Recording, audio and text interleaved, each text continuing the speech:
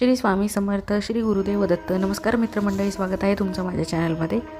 खिशामध्ये नेहमी या दोन वस्तू ठेवा आणि समोरची व्यक्ती तुमच्या इशाऱ्यावर नाचेल.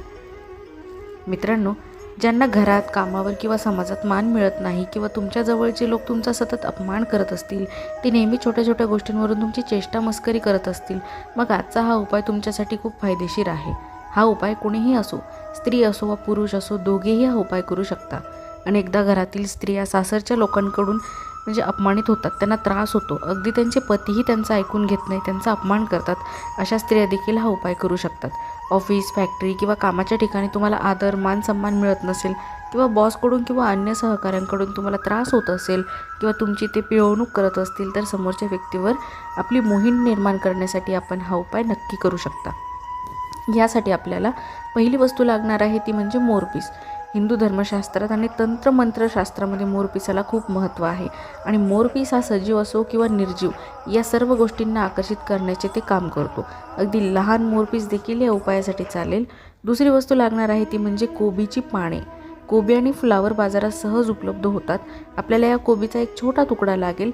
या उपायाचा परिणाम होतो. यावर अनेकांचा विश्वास बसत नाही, पण हा उपाय तुम्ही पूर्ण श्रद्धेने आणि विश्वासाने करून पाहिल्यास त्याचे चांगले फळ तुम्हाला नक्कीच मिळेल. तर आपल्याला या दोन्ही गोष्टी घ्यायच्या आहेत आणि या दोन्ही गोष्टी एकत्र करून नियमितपणे आपल्या खिशात ठेवायच्या आहेत. तसेच स्त्रिया देखील आपल्या ओढणीला किंवा साडीच्या पदराला किंवा पर्समध्ये देखील ठेवू शकता. किंवा या दोन्ही गोष्टी आपल्या डोक्यावरून फिरवल्या तरी आपल्यातही विलक्षण आकर्षण निर्माण होते. त्याचसोबत समोरची व्यक्ती आपल्याकडे आकर्षित होते आणि तुम्ही जे बोलता त्यावर विश्वास ठेवू लागते. तुम्ही या दोन्ही बाबी पुन्हा पुन्हा बदलू शकता. हा उपाय तुम्ही केव्हाही कुठूनही करू शकता.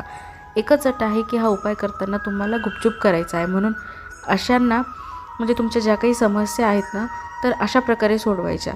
कुणाला बोलून, कुणाशी भांडून, कुणाशी वैर निर्माण करून आपण कधीही मोठं होऊ शकत नाही. त्यामुळे अशा ज्या काही तुमच्या समस्या आहेत त्याच्या गुप्तरूपीच आपण सोडवायच्या. आणि जे काही कोबीचं पान आहे ते तुम्ही 8 दिवसाला बदलू शकता. ते खराब जर झालं तर फेकून द्यायचं आणि मग नवीन घ्यायचं. मग हे तुम्ही करू शकता. 8 दिवसाला तुम्ही हे करू शकता. आशा करते मित्रांनो, हा व्हिडिओ तुम्हाला आवडला असेल तर त्याला लाईक करा आणि झालेली सेवा महाराजांच्या चरणी समर्पित करून तुमचा निरोप घेते. भेटूया पुन्हा नवीन व्हिडिओसोबत. तोपर्यंत श्री स्वामी समर्थ.